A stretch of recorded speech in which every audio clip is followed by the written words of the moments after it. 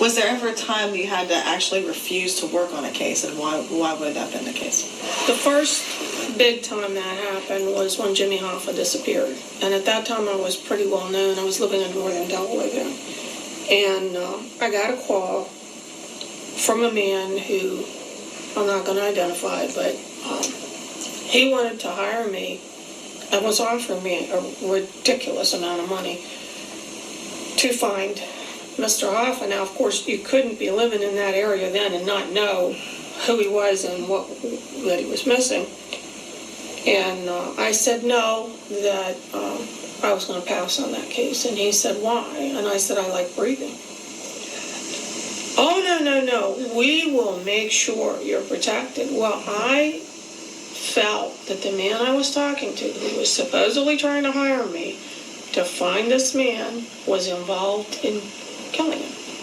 So I said, no, it's just, I'm too new at this. I thought, well, if he's not going to take just a straight no, then I'll embroider the no a little bit and try to convince him I'm not good enough to do it.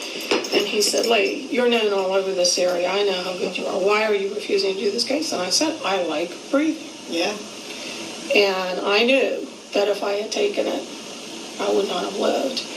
A couple of days later, I got a call from a young psychic that had come up to me when I was giving a talk, and she said, I've been asked to work on the Jimmy Hoffa case. What do you think? I said, I turned it down because it's too dangerous. Well, why is it dangerous? I said, think about it.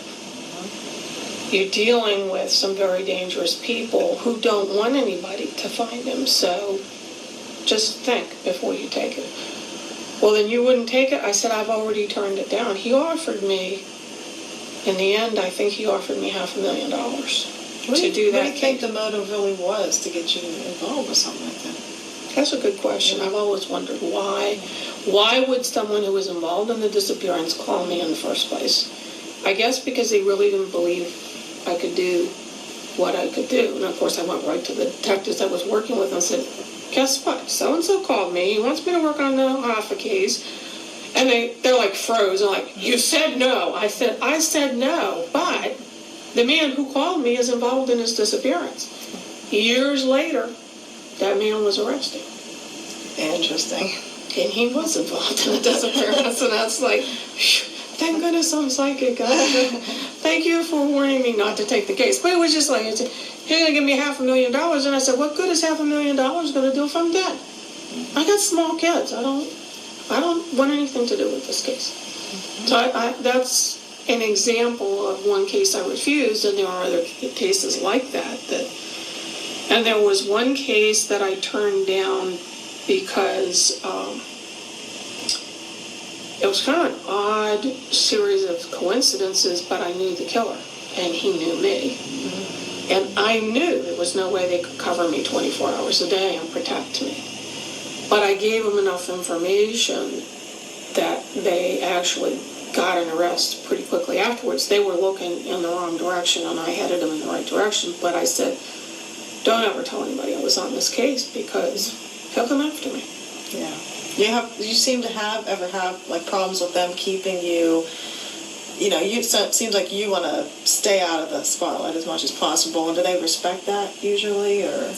Most of the time, police officers don't want a spotlight on my being there because it can endanger the case they built.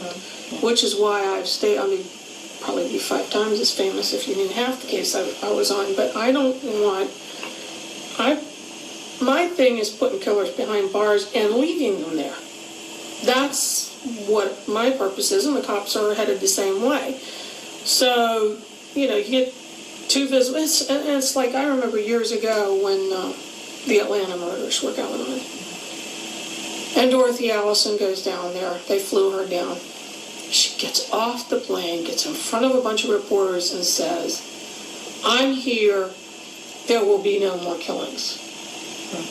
I'm sitting in a police department in, we won't discuss where, and we're watching this TV news conference, and I just went like this, and I said, oh my God, he's going to kill 3 kids right away to prove she has no control. And that's exactly what he did. It was horrible. It's like nothing, like challenging. A maniac making it look like you have some control over him. Well, you have no control over a killer like that. But it was frustrating because they were getting ready to take me down to work the case. And of course, after she did that, the cops wouldn't have anything to do with a psychic. So I did some work at a distance, but it was so frustrating because 3 children died because of that ego statement. And it's frustrating because I try to work in a way that will be helpful to law enforcement and not get in the way. You don't want the case thrown out because the psychic was